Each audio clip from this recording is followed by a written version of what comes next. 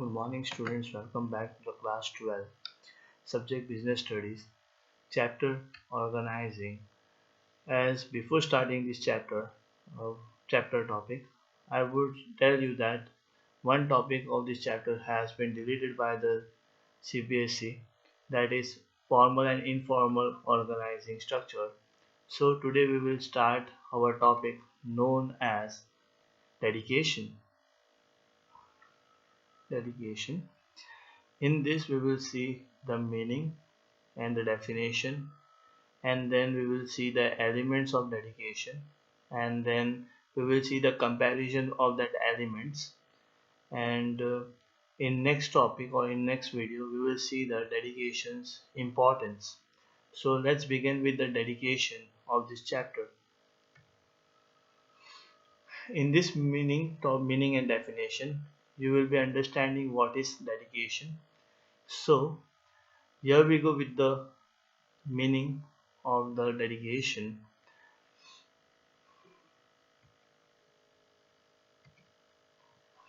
Dedication refers to the downwards transfer of authority from the superior to the subordinate employees. Dedication is nothing but it is an authority which has been given from the top level to bottom level to a specific person who can take decision on the behalf of the authority. It is known as dedication. Dedication is a downward transfer of authority. आप power देते हो specific persons को कि वो decision ले सके on behalf of organisation. It is a prerequisite to the efficient function of an organization because it enables a manager to use her time on higher priority activities. ये एक तरह का ऐसा इफेक्ट है ना, या डेडिकेशन एक तरह का ऐसी अथॉरिटी है जिससे मैनेजर को बहुत आसानी से डिसीजन लेने में हेल्प मिलती है. He is the person who can take decision on the behalf of management और on behalf of organisation. It is prerequisite. आप कोई भी बंदे को अपॉइंट करते हो तो फंक्शन के अंदर आप उस बंदे को एज अ मैनेजर अपॉइंट करते हो. जब वो मैनेजर अपॉइंट होता है तो उसको हम लोग कुछ सर्टन अथॉरिटीज़ एंड रिस्पॉन्सिबिलिटीज़ भी देते हैं. तो उसमें से एक पार्ट जो हम लोग देख रहे हैं वो है आपका ऑथोराइजेशन. ऑथोराइजेशन मीन्स उसके पास पावर होती है कि वो कोई क्विक डिसीजन ले सकता है. उसके बाद में जो नेक्स्ट पॉइंट जो हम लोग कंसीडर इसके अंदर कर सकते हैं वो है रिस्पॉन्सिबिलिटी. जब वो डिसीजन ले रहा है तो he is the person who is accountable to take that decision in a right way. तो वो रिस्पॉन्सिबल पर्सन भी हो जाता है.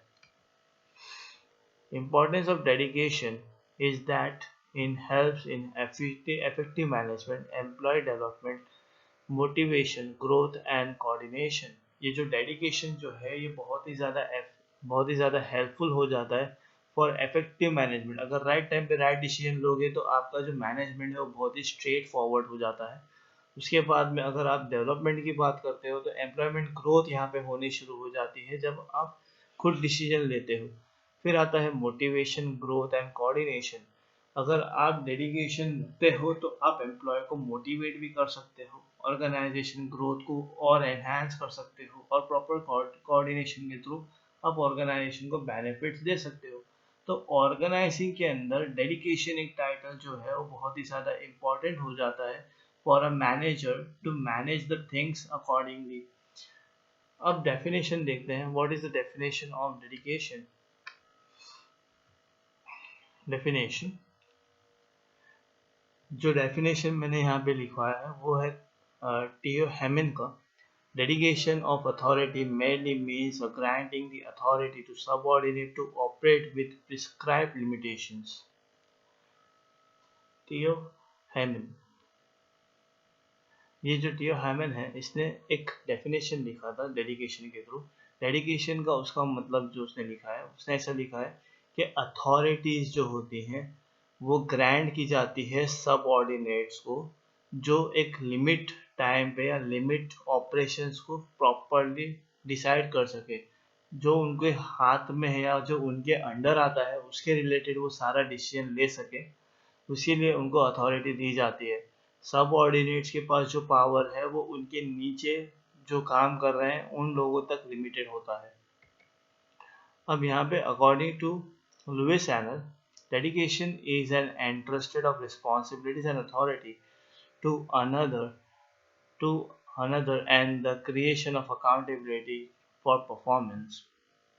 यहाँ पर लुइस एलन ने कहा है कि डेडिकेशन जो होता है वो एंट्रस्टमेंट पे चलता है, जिसके अंदर रिस्पॉन्सिबिलिटीज एंड अथॉरिटीज दोनों साथ में होती हैं, और साथ साथ में जब अथॉरिटी एंड रिस्पॉन्सिबिलिटी साथ में अगर एक पर्सन को मिल जाती है तो वो अकाउंटेबल होता है परफॉर्मेंस रिलेटेड। फॉर एग्जाम्पल, अगर मेरे पास पावर है और मेरे पास रिस्पॉन्सिबिलिटीज है, तो कोई डिसीजन अगर रॉन्ग भी होता है तो उसका पूरा जिम्मेदार पर्सन मैं रहूँगा, या मेरा कोई काम जो है मेरी रिस्पॉन्सिबिलिटीज एंड अथॉरिटीज की वजह से बहुत अच्छा हो गया तो उसका भी अकाउंटेबल पर्सन मैं ही रहूँगा। तो यहाँ पर लुइस एनल ने ऐसा कहा है कि डेडिकेशन जो है वो एश्योर करता है रिस्पॉन्सिबिलिटीज एंड पावर, और पावर के साथ में यहाँ पर अकाउंटेबिलिटी को भी वो एंश्योर करते हैं। तो डेडिकेशन के अंदर आप अथॉरिटी, रिस्पॉन्सिबिलिटीज एंड अकाउंटेबिलिटी के बारे में पढ़ने वाले हो अभी। The next part is elements of dedication. In that we are having 3 points. One is authority, another is responsibility, and then accountability. So we will see the first point, authority. Authority refers to the right to take decision in order to guidance to achieve activities of others. यहाँ पर authority का main दिया हुआ है। Authority ऐसी होती है कि आप राइट टाइम पे राइट डिसीजन लोगे और एक प्रॉपर गाइडलाइंस के थ्रू या प्रॉपर ऑर्डर दे के लोगों को गाइड करके आप अपनी अथॉरिटी फुलफिल कर सकते हो। It means you have to take a right decision on the right time. Authority determines the superior subordinates relationship. Authority जो होती है वो सुपीरियर एंड सबऑर्डिनेट के बीच का रिलेशनशिप हेल्दी क्रिएट करने में हेल्प करता है। तो अथॉरिटी की वजह से आपका रिलेशनशिप स्ट्रॉन्ग हो सकता है और वीक भी हो सकता है because of not having a proper communication. तो अथॉरिटी जो है, अथॉरिटी यहाँ पे डिटरमाइन करता है कि प्रॉपरली सबऑर्डिनेट और सुपरवाइजर के बीच में प्रॉपर कोऑर्डिनेशन हो। Laws and the rules and regulations of the organisation restrict authority. Authority flows downwards. अगर आपने लेवल ऑफ मैनेजमेंट मैंने कराया था आपको, अगर आपने वो देखा होगा तो लेवल ऑफ मैनेजमेंट के अंदर 2 एरोज भी मैंने दिखाए होंगे। एक एरो जो होता है वो डाउनवर्ड की तरफ जाता है, that arrows are the arrows of authority, and upward one arrow is going upside in the image. That time I have shared you that it is an responsibility part. तो यहाँ पे रूल्स एंड रेगुलेशंस की बात करते हैं। तो organisation जो है रूल्स एंड रेगुलेशंस के बेस पे ही चलती है। तो ऑर्गेनाइजेशन रूल्स एंड रेगुलेशंस के बेस पे अथॉरिटी भी कुछ रिस्ट्रिक्टेड है। अथॉरिटी जो होती है वो अपवर्ड से डाउनवर्ड्स की तरफ मूव करती है।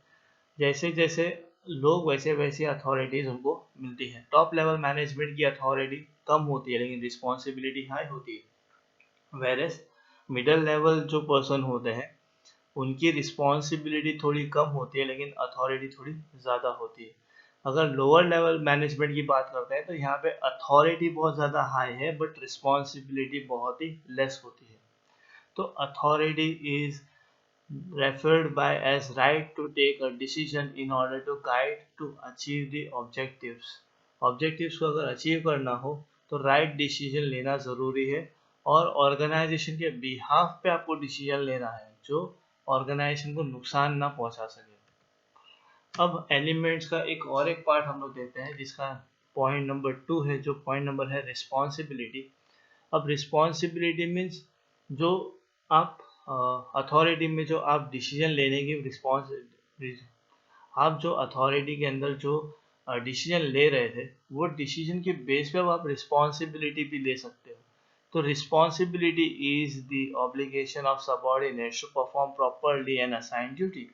आपने एक बार अथॉरिटी अपने पास रखी है तो अथॉरिटी के साथ साथ में आपको रिस्पॉन्सिबिलिटी भी लेनी है, किसको कैसे कब और कहाँ ड्यूटी देनी है और कैसी ड्यूटी देनी है, ये भी आपकी रिस्पॉन्सिबिलिटी बन जाती है। एज अ सबऑर्डिनेट मेरा काम ये रहता है कि मैं सामने वाले को ऐसा काम दूं जो टाइम लिमिट के अंदर अचीव कर ले।